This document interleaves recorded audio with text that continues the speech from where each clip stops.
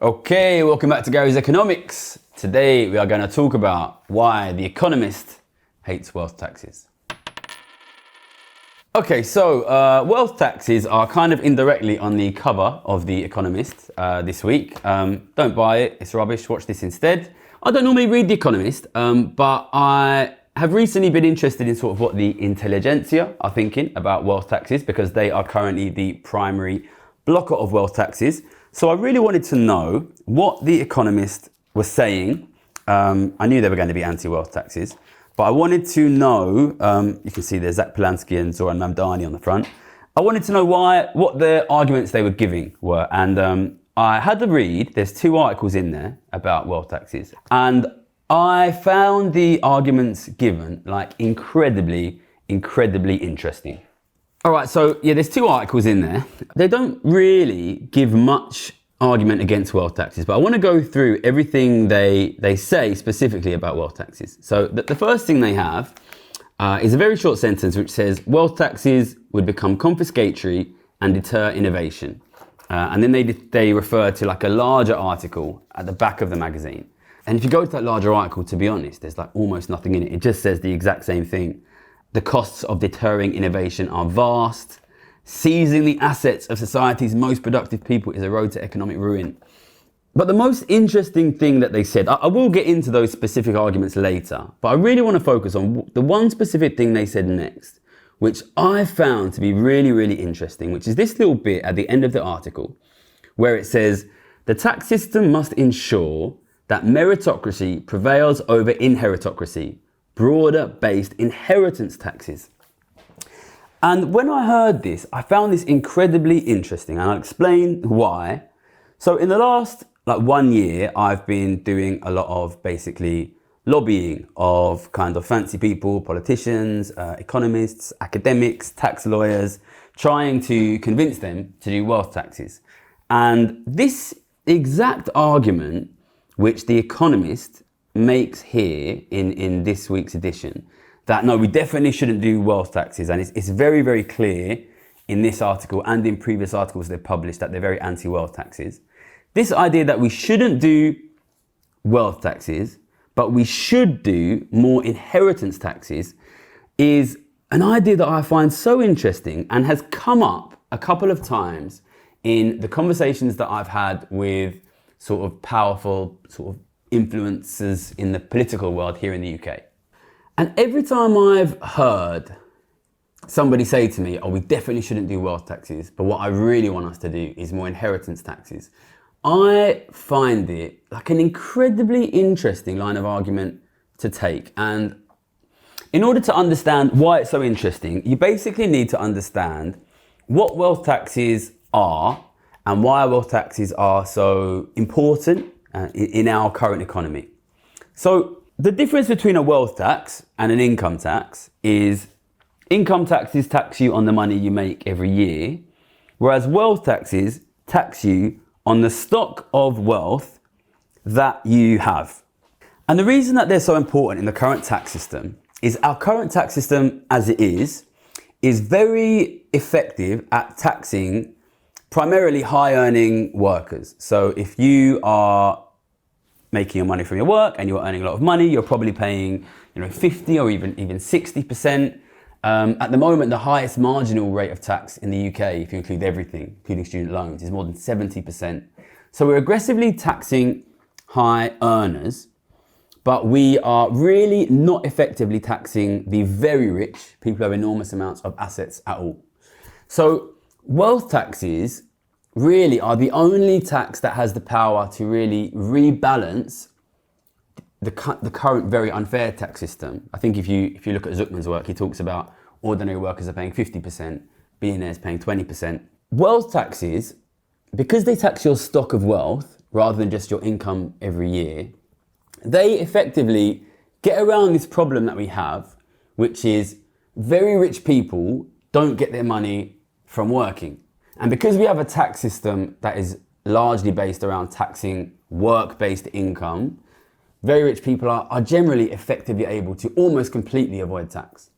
And this is very important within the context of what is currently happening to the wealth distribution in our economies, in our societies, which is most groups of society, poorer people, average people, and even higher earning individuals are getting poorer. Governments are getting poorer. Ordinary people are holding less wealth. Governments are holding less wealth. And all of that wealth is being accumulated amongst the richest people in our society. Now, when we can see that this is the way that wealth is being moved throughout society, it's really, really important that we introduce a tax into the system which can effectively target not just high earning workers, but the very, very rich. And if we don't do that, wealth will continue to be squeezed out of ordinary families and will continue to accumulate in the very rich. It's this shift in wealth which is basically driving living standards down. If we want to drive living standards back up again, and if we want ordinary people to again be able to own assets, own housing, we need something in the tax system which is able to squeeze wealth back out from the very rich. It's very, very difficult to do this with taxes on income alone, because very rich people, if you start to tax their income at very high rates, even if you were to tax their income at 100%, number one, they could simply stop receiving their income, and it has very bad negative economic consequences. And two, it's not going to squeeze wealth back out of that group. The only real way you can get wealth out of this basically billionaire class who's accumulating the wealth is to tax the stock of the wealth itself. So if you are an ordinary family and you are worried about the ability of yourself or your kids to own assets in the future, you really do need to be supporting a wealth tax or some sort of tax on the stock of wealth. This is the only way that we can get wealth back into the hands of ordinary families. And The Economist essentially recognized this in what it says. It says that the tax system must ensure that meritocracy prevails over inheritocracy. So this is the system that we're in. We're moving increasingly into an economy where the only thing that really matters is what your parents own, and the work that you do is less and less important. The only way that I can see really to fix that is through bringing in a wealth tax. But The Economist has said specifically, we don't want wealth taxes, we want inheritance taxes. And the reason this is interesting is because an inheritance tax is the only tax that is currently in the books that has the power to tax the stock of wealth of the rich people. It is the only tax that we have in the current system which is essentially a form of a wealth tax rather than an income tax.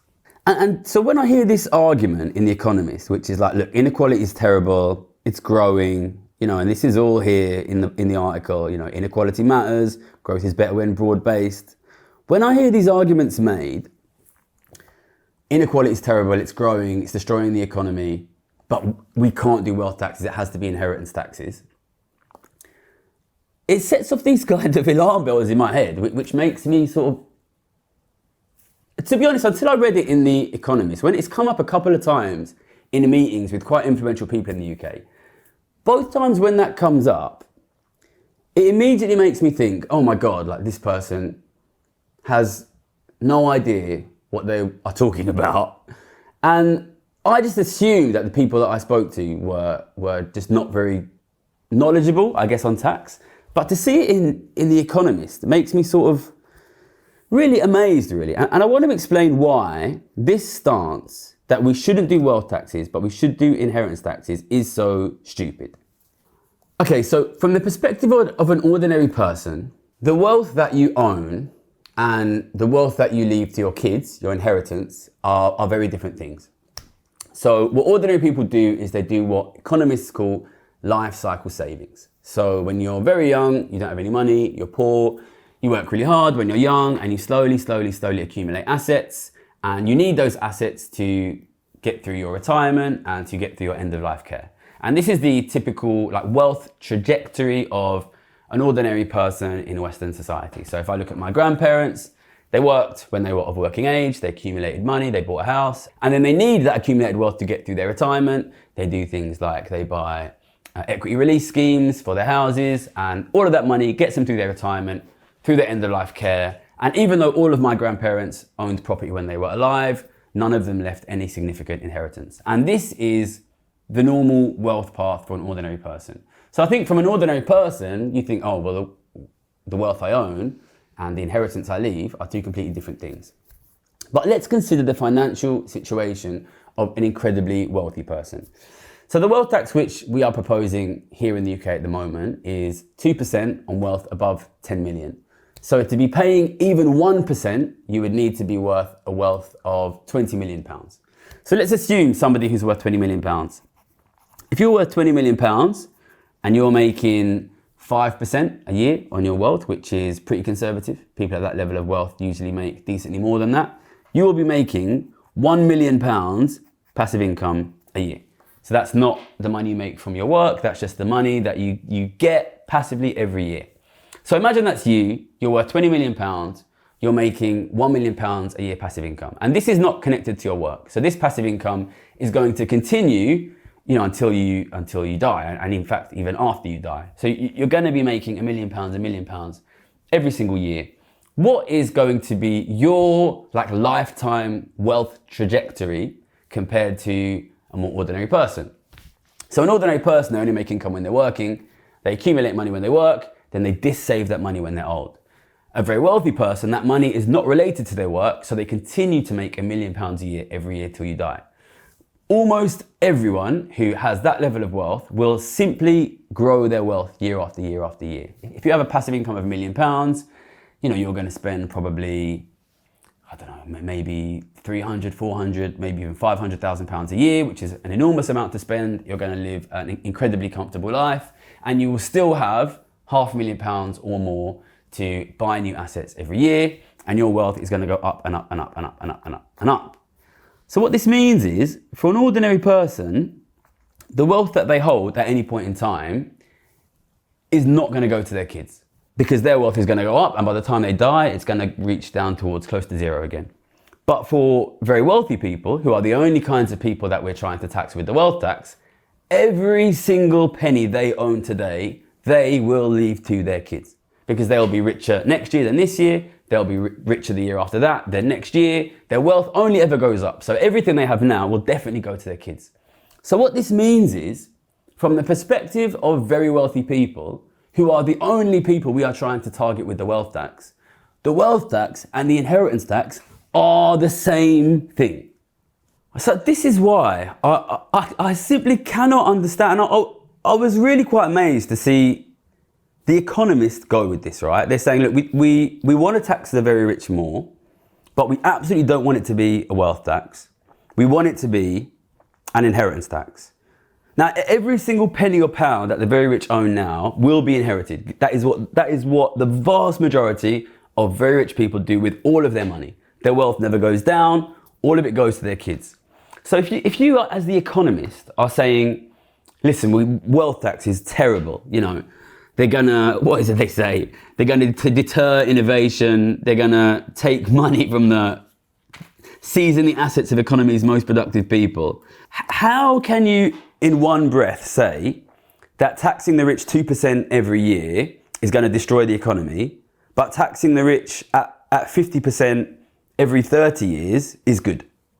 It's honestly just quite mind-blowingly stupid, and there's absolutely no logical consistency here. And I was fascinated and when this came up in the two meetings that I had, I think they were both the back end of last year.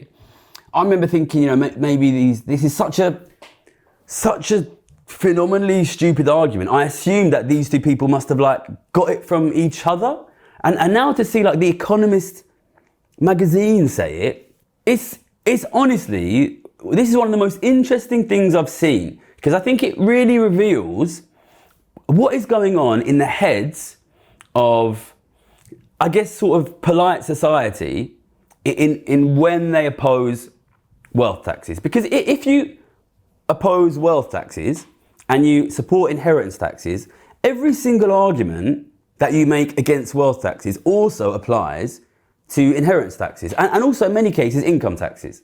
So again, there's not a lot of real clear arguments in this week's Economist against wealth taxes, but the one which they really go with, the only one which they really develop, even though it's two full pages on this, is that it deters innovation. So let's dig into this idea, right, which is that a wealth tax of 2% on wealth above £10 million is going to deter innovation. imagine you're in this situation, okay? They're saying that if we tax very wealthy people at just 2% on their wealth of above £10 million, so you don't pay anything unless you are worth more than £10 million, some, young, bright spark is going to be like, they've just come out of university and they're thinking, you know what, I've got this amazing idea. And I think if I put this into a business plan, then I might become worth more than £10 million. And you won't be paying even 1% unless you're worth more than £20 million. So maybe you're thinking, oh my God, like, I've got this great idea and it's going to make me worth £20 million. One of the, in the richest, 0.1% more than that of society. I'm going to live a life of incredible luxury. But if it works, I might have to pay 1% a year to the government. Fuck it, I'm not going to do it. Like,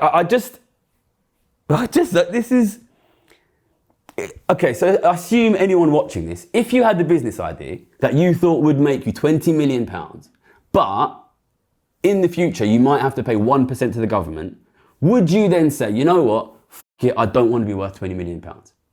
And this is in the context of an existing tax system which taxes graduates at a top marginal tax rate in the UK of 71%, 78.5% in Scotland, right?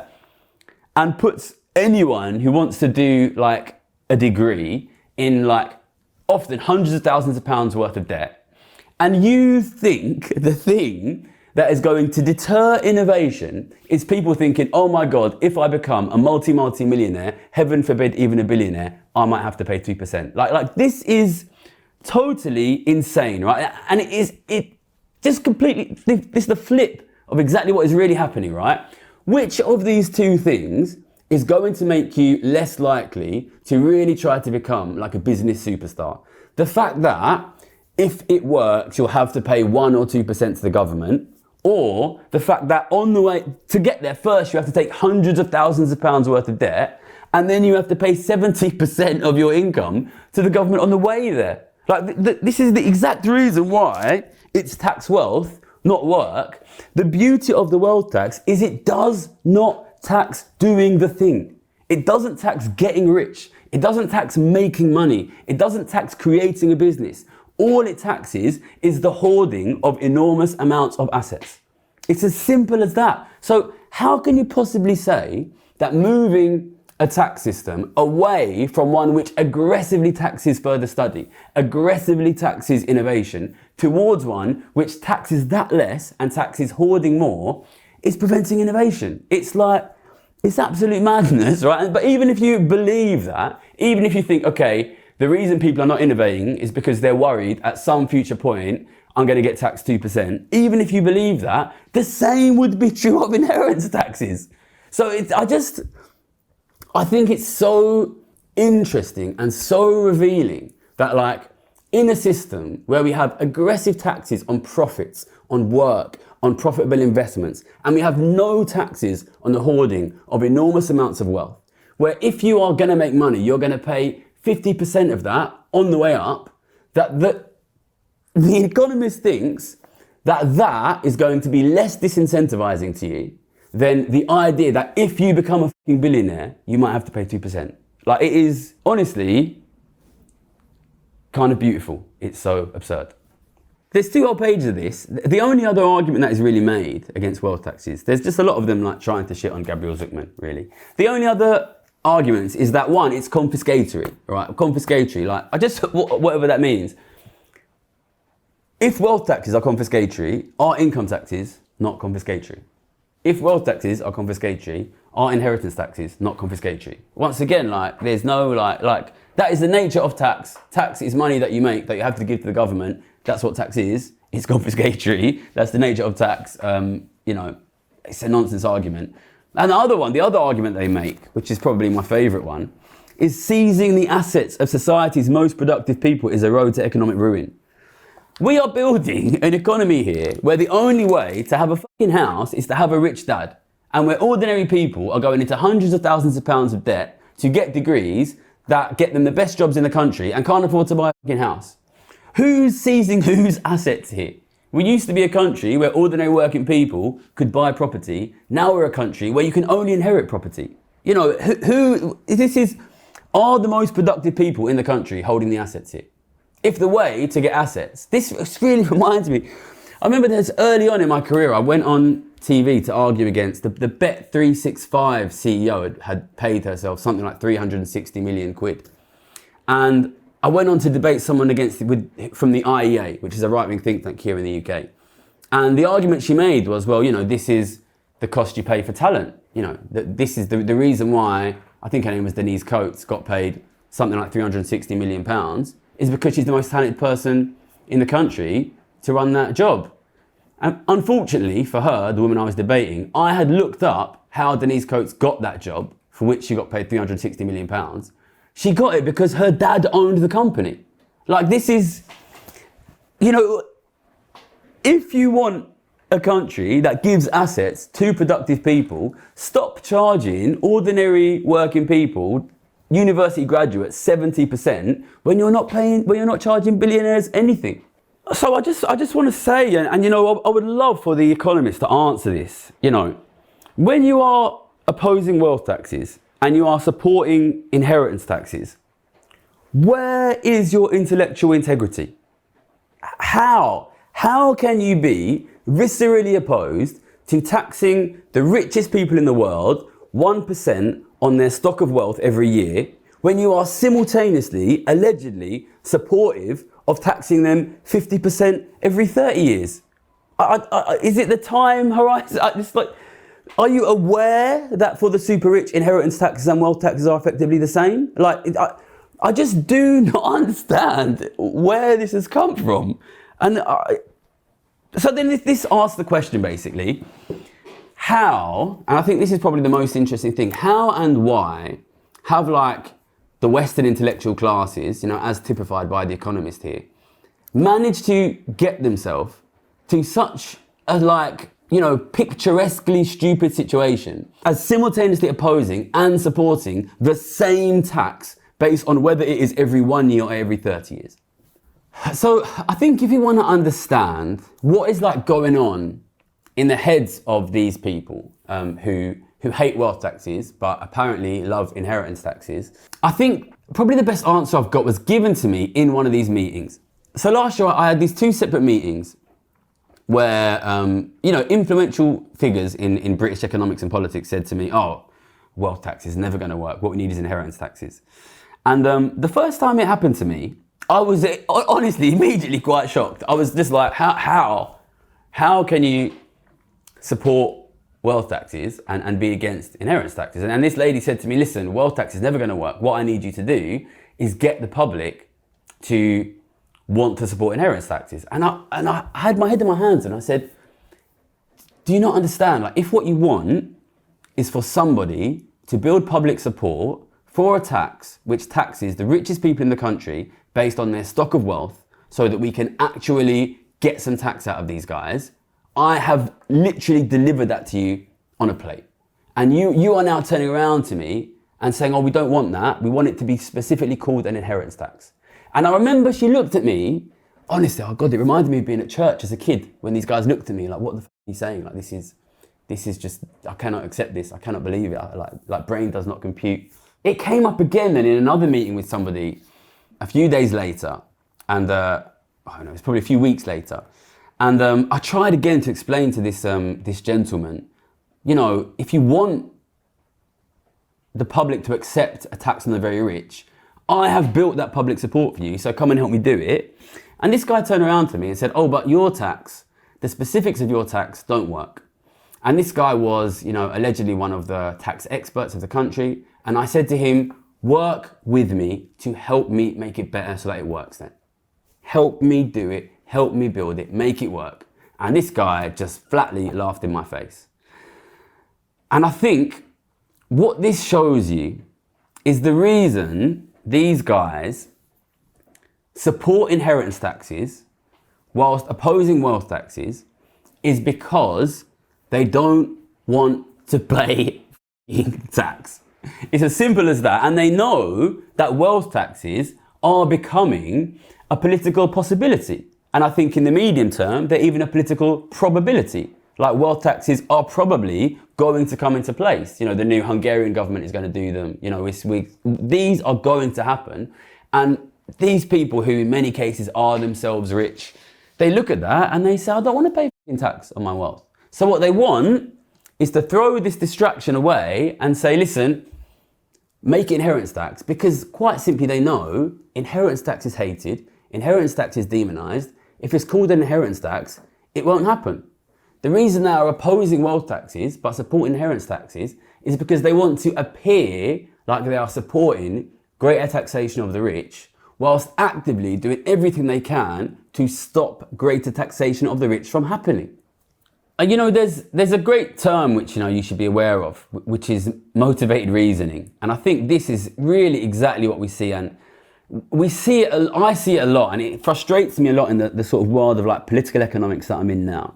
So motivated reasoning is when your approach to a problem is not to try to figure out the truth of the problem, but to create an argument that rationalizes the answer you want to give. So you have a motivation, which is basically, I don't want to pay any tax. So I want to reach an answer which is going to say, don't charge me any tax. And that is, if the public desperately want wealth taxes, I'm going to say, oh, no.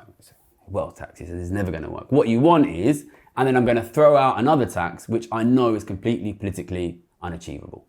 And you know, it really reminds me of this kind of Oxford debating style vibe, which is, they have this, you know, a big debating community and they produce a lot of lawyers. And the vibe is you walk in, they give you an argument on a piece of paper and you have to make an argument supporting that, regardless of whether you believe it or not.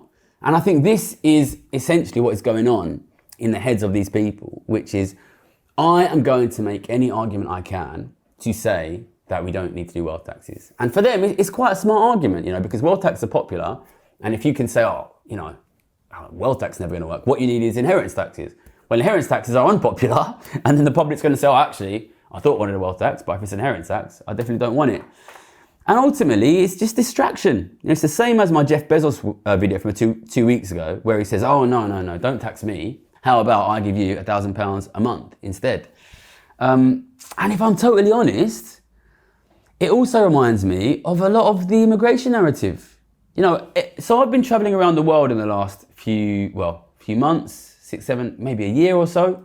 And so in this country, our far-right party reform has been from the beginning funded by Richard Tice. And I think there's a very clear reason why billionaires would fund far-right parties, because they know that the future is going to be either me and my lot win, tax the rich, or some new political narrative, which they need. So they fund this anti-immigration narrative. And every single country that I went to, I would ask, who funds your far-right party? And every single time the answer would be, our local billionaire. So, you know, I think what you were seeing, and it has to be mentioned, The Economist is also owned by very wealthy people. Really, what you are seeing is people simply trying to throw distractions away. Saying, no, don't tax us, do an inheritance tax. Don't tax us, I'll give you £1,000 a month. Don't tax us, kick out the immigrants. All of these things are just basically distractions to stop you from pushing for the only thing you need, which is your assets back. And the only way you will ever get that is by taxing the very rich. But the next thing which I find really interesting about this is, you know, we talk about how, you know, the far right is funded by incredibly wealthy people, and the newspapers are owned by incredibly wealthy people. And of course they don't want you to tax them. So they're going to keep making arguments to reduce the likelihood of a wealth tax. But what's quite interesting is, you know, these people that I met, 2 people I met in meetings last year, and these are not the only people who believe these ideas. And, you know, possibly the person who wrote this article in The Economist, they themselves are not billionaires. So I'm really interested in the psychology of why people who are themselves not billionaires are really willing to go out and bat for and fight for whatever you do, don't tax the billionaires. And, you know, one simple argument for this is well, you know, they're bought and sold. The Economist is quite an interesting magazine because the individual articles, we don't know who writes them. They don't have the author's name next to the article. Everything is just published officially by The Economist. So we don't know specifically who writes it. Obviously, The Economist will have an editorial line and they will probably tell the person who's writing it, you have to be anti-wealth taxes. So I suppose you could just argue, well, they're just delivering the line that they're given. But, in many cases, the people who, I'm going out and I'm talking to politicians and I'm talking to civil servants, I'm talking to, senior members of important groups, and think tanks. And in many cases, these people, there's no way that they're worth more than £10 million. So £10 million is an enormous amount of money. So what is it that is actually motivating these people to really go out to bat for the super rich? And I've been, before I made this video in the last couple of days, I've been messaging a lot of people and trying to understand what actually is the psychology. So, if you're not from this world, which I increasingly am in, you may not be aware that once you go into sort of politics, think tanks, economics, academia, a lot of the more powerful voices do come from richer families and they are quite rich. But £10 million is an awful lot, and most of these people are not worth that kind of money. Sometimes I think they are influenced by supporting their funders. I think there's maybe a little bit of sort of low-key subconscious bootlicking going on. They know that they don't want to piss off the rich, they don't want to piss off the powerful, maybe their customers or maybe their funders are rich or powerful.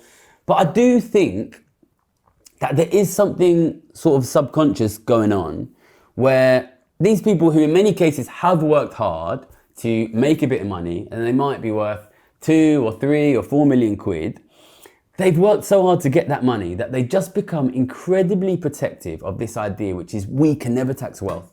Because even though I'm talking about taxing over 10, it's very sort of, it's a little bit like Gollum from Lord of the Rings, my precious kind of thing. Do you know how hard I worked to get this wealth? Don't you dare. And whenever they hear mention of a wealth tax, they're like, no, it can never happen.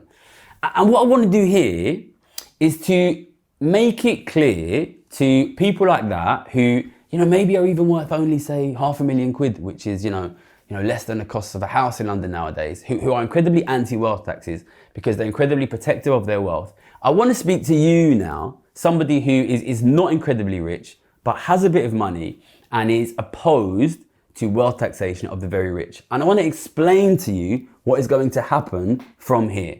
Okay, we have increasingly in this country, in America, in the world, a untaxed super rich class.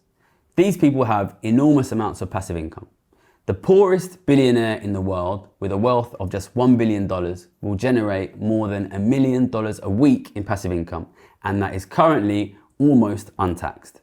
These people have no choice but to buy up all of the assets very quickly, and that is squeezing asset ownership out of every other group in society. As that continues to happen, more and more people in our societies will own no assets and will be in debt. This will mean we will have no strong consumer and we will have a weak economy. That will lead to an increasingly angry public that push their governments into taking action to support the growing poverty. Governments will be politically forced to step in to try to deal with the growing poverty, but because they do not have the capacity to tax the richest people in society, they are going to tax you. And this is a prediction, but it's also exactly what is happening now. Governments are trying to support the poverty that is being caused by the growing inequality by borrowing money, going into debt, and further taxing the very rich. In the UK now, we are at the point where the government basically has two options here. Either tax you, tax high-earning workers, or dismantle the welfare state. In the absence of taxing the very rich, one of these two things is going to happen. So when you argue for not taxing the very rich, what you are arguing for is the taxation of yourself. And I know that they tell you, when I say tax the rich, that I am trying to tax you. The reason I make these t-shirts with tax wealth not work is to make it clear I am the one who is on your side and trying to keep your taxes low. Listen, you hate tax, I hate tax. But if you oppose the taxation of the people who are going to take all of your assets, it will destroy your welfare state and it will drive your taxes up. Listen, look at what's happening now. We have the highest taxes ever at the same time as a disappearing welfare state. That is what happens when your government goes massively in debt to the super rich. The only way to protect the welfare state that your grandparents died for is to tax the rich. So look, I think what's happening here is, me, and obviously, the cover of The Economist is like Zach Polanski and Zoran Mamdani, who are kind of like the big faces of the English and American like left. This idea of like taxing the very rich has come to be like branded by a lot of the media as like this like far left idea, but like it's not a far left idea. If you want ordinary people to own property, you have to be supportive of taxation of the very rich. Under the current system, where you have a billionaire class paying almost no taxes, it is just mathematically obvious that in a very short period of time, because of the power of compounding interest, they will own everything. And that means you owning nothing. So, this doesn't have to be, and I don't think it should be, about left versus right. This is about, do you want your kids to own houses? Do you want your kids to have financial security? So I really think, and I'm really interested in like the guy who wrote this article at The Economist. Like, how rich are you? How rich is your dad? If you're not worth 10 million quid, what the are you doing? And not just the guys who write these articles for The Economist, but the guys who are in the political parties, working for the think tanks who are opposing wealth taxes. What are you doing? What are you doing? And I think, we have this kind of sometimes instinctive conservatism from people who are, towards the top end of the social hierarchy that just don't want to shake up society. But the news I have for you here is that society shake-up is happening. If we don't do anything from the current position, then wealth inequality will increase and the middle class will disappear. And that is you. That is you. You are part of the middle class. So if you want to be socially conservative, if you want to protect your position in the top 10%, if you want to protect an economy which has a welfare state and has the ability for working people to own assets, you need to be supportive of wealth taxes. All right, so that's it, I think. I was so interested this week seeing these arguments. And I think it's kind of beautiful, I think, to have sort of pushed like The Economist into a situation where it has to like openly, simultaneously oppose and support wealth taxes, because it is the only way that they think they can stop wealth taxes from happening. That they can say, listen, we're adamantly opposed to taxing the rich every 1 year. What we want is to tax them every 30 years in a way that we know we'll never politically get. Like, I think it's kind of beautiful the way that we've like kind of run rings around the intellectual class and forced them to like basically expose, and I hope expose to themselves, like the lack of intellectual integrity behind their arguments. And if you're out there, working for The Economist, please explain to me why you think an inheritance tax is better than a wealth tax. Why wealth taxes only work if they happen specifically the day your dad dies. Like please explain to me. But at the same time, I probably shouldn't take such glee, because the fact is, we do need these people. We need the intellectual classes to some degree support this. At the moment, here in the UK, and across the world really, in France and America, wealth taxes are overwhelmingly supported by the public and are being blocked by the intellectual class. And this is why I was so keen to get Gabriel Zucman over here. If you haven't watched the Gabriel Zucman interview from a couple of weeks ago, you should definitely watch it. We really do need to find ways and to find communicators who can communicate to this kind of, what here in the UK we would call the middle class, but it's really that sort of top 10%, that top 5%, that the status quo is not working for them. But ultimately, again, ending on my message of hope, I think the fact that we're getting on, the front cover of things like The Economist, and we're getting spoken about by top level politicians all over the world, it's just another message of just like, what an amazing job what you've done, me patting myself enormously on the back. Yeah, and even in The Economist article, the reason they're doing this, and they make it clear, is because they are worried that what used to be, fringe ideas are going to influence governing parties. They're talking about the concern of the influence on the Labour Party. The reason that The Economist is coming out to bat against this is because they're scared we're going to win. And it's that age-old quote that was attributed probably incorrectly to, was it Mahatma Gandhi?